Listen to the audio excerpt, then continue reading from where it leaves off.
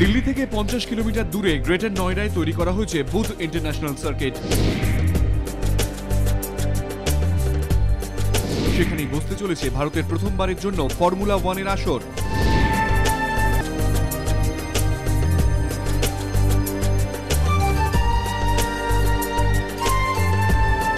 .14 kilometre দৈর্ঘ্যের এই ট্র্যাকে রয়েছে 16টি মিডিয়াম টার্নিং পয়েন্ট।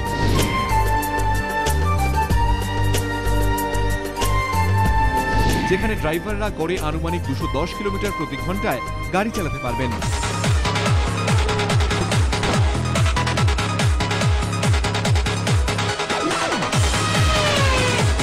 অন্যদিকে স্ট্রিট ট্র্যাকে তোলা যাবে 320-এরও বেশি স্পিড।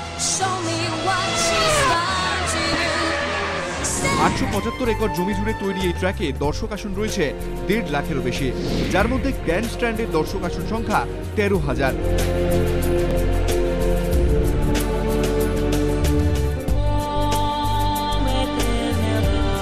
ট্র্যাক বানানোর কাজ প্রায় শেষ।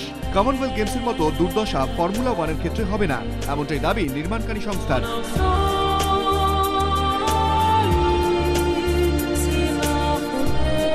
ক্যালকাটা মোটর স্পোর্টস ক্লাবের চেয়ারম্যান রবি কুমারও জানালেন সেই কথা। আর্কিটেক্ট যে আছে হারম্যান টিলকেন কোম্পানি, যে আর্কিটেক্ট ওকে দাঁড় করেছে, ওরা বললো একটু দেরি হয়েছে, কিন্তু হ্যাঁ রেডি হয়ে যাবে, হ্যাঁ একটু বাকি রয়েছে। না বুথ সার্কিট তৈরি করতে মোট খরচ হয়েছে 1700 কোটি টাকা। বিশ্বের দ্রুততম এই রেস প্রথমে হওয়ার কথা ছিল কলকাতাতেই। সবকিছু ঠিক হয়ে যাওয়ার পরেও সেফ স্পন্সরের অভাবে কলকাতায় আর করা সম্ভব হয়নি এই রেস। অথচ ক্যালকাটা মোটর স্পোর্টস ক্লাব ভারতের প্রাচীনতম মোটর স্পোর্টস ক্লাব। এটি তৈরি হয় 1949 সালে।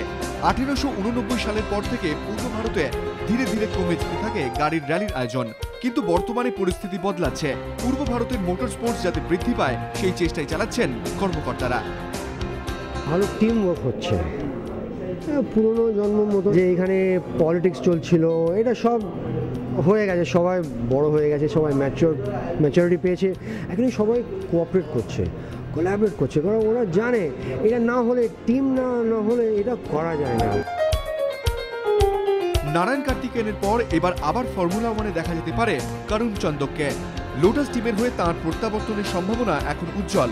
নয়ডাও এখন প্রায় তৈরি রেসের জন্য। ভারতে এই রেস যদি সফল হয়, কে বলতে পারে অদূর ভবিষ্যতে কলকাতার ট্র্যাকেও দেখা যেতে পারে ভেটেল, অ্যালোনসো, হ্যামিল্টনের মতো ফর্মুলা 1 চ্যাম্পিয়নদের।